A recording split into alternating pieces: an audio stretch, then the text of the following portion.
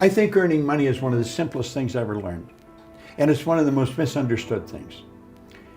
Wealthy people historically have always had multiple sources of income. They don't have one. They have many. Yeah. I was cleaning floors. I thought the answer was work harder. Because I really wanted to earn some money. Yeah, of course. And I thought it was all important. Today, my attitude towards money has changed dramatically. But I thought the answer was get another office to clean. Well, I was working so hard, I passed out on the street. I would have been maybe 27, 28. I literally passed out on the street. I was working so hard. I came to, and there's a great big cop looking at me. I was laying there. It was scary. There was a group of people around me. I saw lights flashing. Then I saw a couple of guys in uniform with a stretcher. And it was scary. I had passed out. I guess they thought I had dropped dead. I had a heck of a time getting away from them, but I did get away. They didn't take me in the hospital. I talked them out of it. I got away, and I got thinking, I'm not doing this right. Working harder, working more hours is not the way. No. Yeah. In fact, Napoleon Hill wrote that in Think and Grow Rich. He said, if you are one of those people who believe that hard work and honesty alone will bring riches, perish the thought, it is not true. Riches, when they come in huge quantities, never come as a result of hard work. They come, if they come at all, in response to definite demands based upon the application of definite principles and not by chance or luck. So you got to find a demand and fill it, but you got to follow definite principles to do it. Wow. In other words, it's got to be in harmony with the law. You got to give more than you get. If you're out trying to get, forget it. Yeah. Well, I got by myself and I thought, I'm doing something wrong. I was earning more money, but here I'm passionate. This is not normal. And it's like a little voice in my head said, if you can't clean all of them, don't clean any of them. So I got all dressed up. People now accuse me of sleeping in my suit. I wouldn't take a suit off. Didn't matter where I was. Because I knew the cleaners were tired, and I would go around. I got other people cleaning offices. And I knew pretty well where they'd be.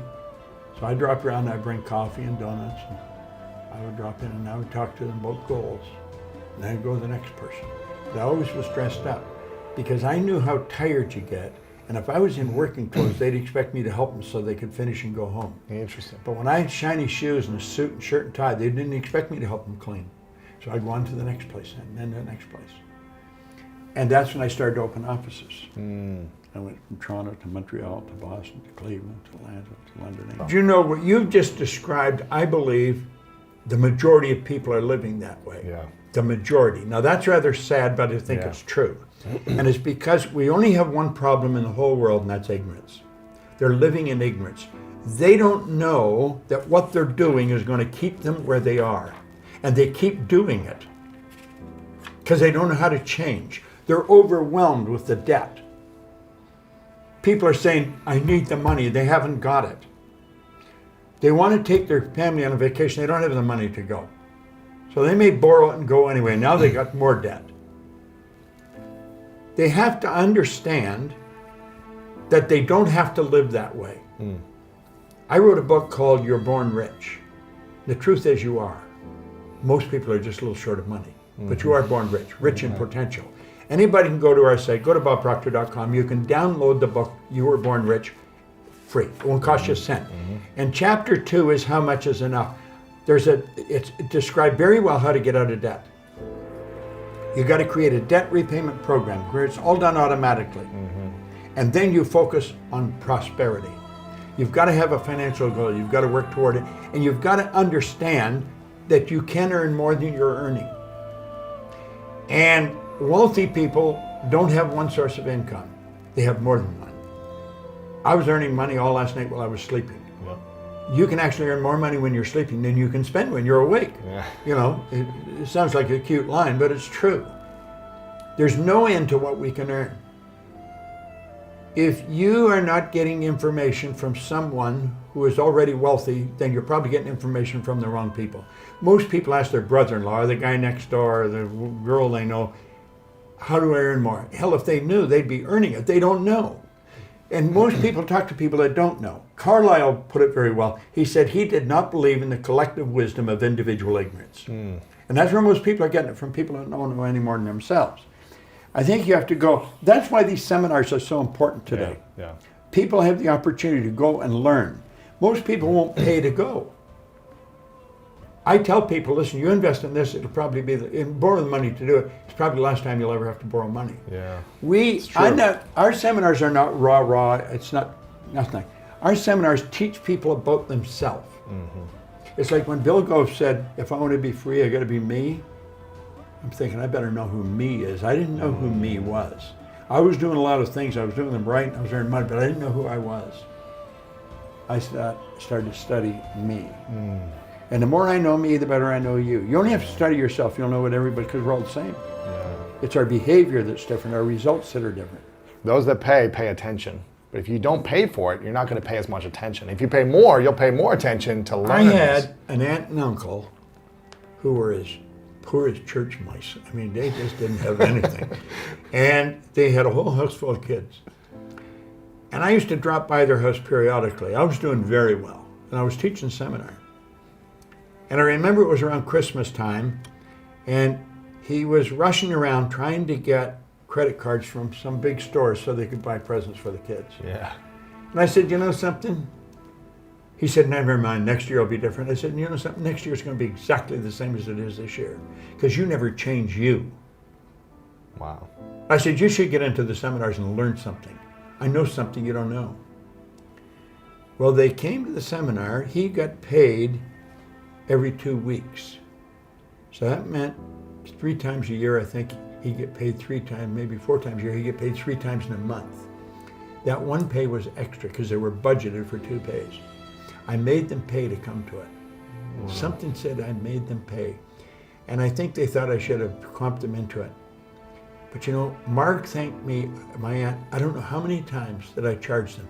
She said, we wouldn't have kept coming. I didn't even know what you were talking about. I was running seminars. It was 7 evenings from 7 to 10. We ran over a series of nights years ago. And she said, I wouldn't have kept coming. But she said, because we paid, I came. Of course. He's right. If they pay attention. That is so true. I'm firmly convinced if a person doesn't understand a paradigm is nothing but a multitude of habits. They're programmed into your subconscious mind that control your behavior. It's got nothing to do with how smart you are. It's got nothing to do with what your formal education is. It's got nothing to do from which side of the tracks you come from. It has to do with your paradigm. The paradigm is a program in your subconscious mind. It's both genetic and environmental that's controlling your behavior. Everyone that can hear my voice knows how to do better than they're doing. And they may wonder, why don't I do it? It's because you're programmed to do what you're doing. Yeah. And until you change the program, nothing's going to change. Paradigm has to be changed. I love that. What would you say are if you could share 3 key habits for people that if they want to continue to grow every day, be more prosperous, be more abundant, happier, joyful, healthier in their life, what are 3 key things, habits every day, not talking about morning routine, but just overall habits every single day? What should people be focusing on consistently? They should study every day. Study. They should have a mentor. Someone that has already accomplished what they dream about.